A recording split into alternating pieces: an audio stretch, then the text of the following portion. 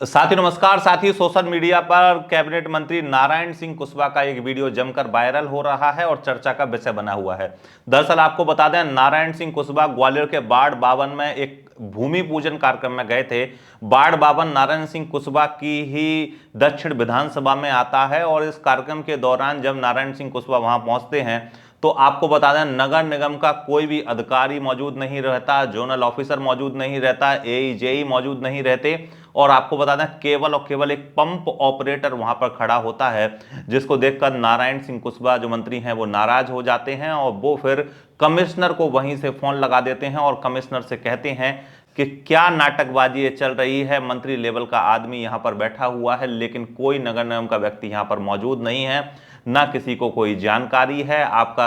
अपर commissioner आने वाले थे वो भी नहीं आए, जेडओ आपका नहीं आया, कोई मौजूद नहीं है और भड़क जाते हैं मंत्री और तुरंत जेडओ को सस्पेंड करने के लिए कमिश्नर को कहते हैं। कमिश्नर कहते हैं मैं बात करता हूं, तो मंत्री जी कहते हैं कि बात नहीं, आप सस्पेंड करिए और अगर नहीं कर पा रहे हो तो बता दीजिए, आज के बाद मैं आपसे भी बात नहीं करूंगा। और फिर जेडओ को आप हटा दो तुरंत। जो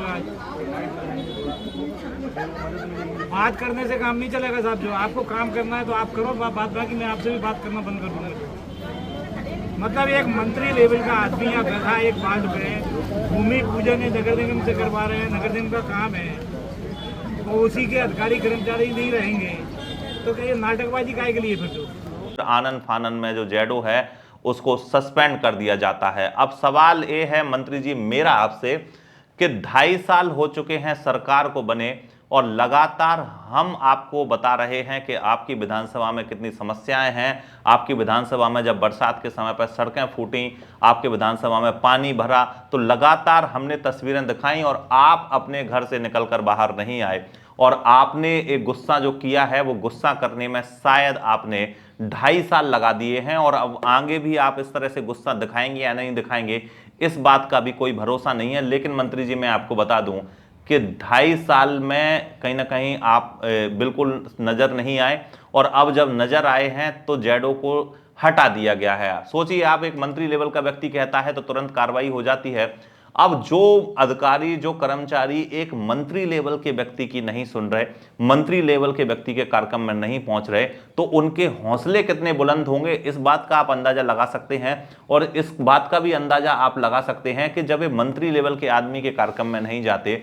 तो आम जनता की क्या सुनवाई ये अधिकारी और ये कर्मचारी करते होंगे। और मंत्री जी आपको भी इस बात से एहसास हो जाना चाहिए कि जब मैं मंत्री हूं मेरी नहीं सुन रहे तो फिर आम जनता की क्या सुनते होंगे। तो अब जरूरी है ये है मंत्री जी के 2.5 साल बाद ही आया है, लेकिन ये गुस्सा आपका लगातार जारी रहे ताकि आपकी विधानसभा की जनता को कहीं ना कहीं इसका फायदा मिल पाए और जनता भी कहे कि हमने जिसको जिताया है, वोट दिए हैं, वो हमारे कहीं ना कहीं हमारी आवाज उठा रहा है, हमारे काम आ रहा है और जनता के बीच में है। क्योंकि ढूंढने से तो दक्षिण विधानसभा की स्थिति ऐसी गंभीर हो गई है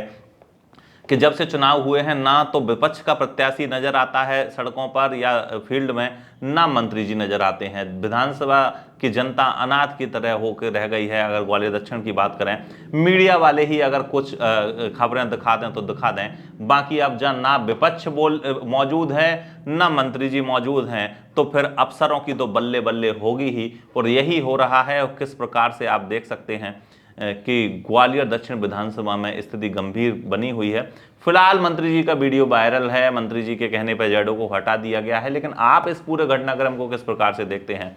और किस प्रकार से देखते हैं एक आम जनता की हालत को और किस प्रकार से देखते हैं मंत्री जी को जिनके कार्यक्रम में ही जो अफसर हैं वो नहीं पहुंचे।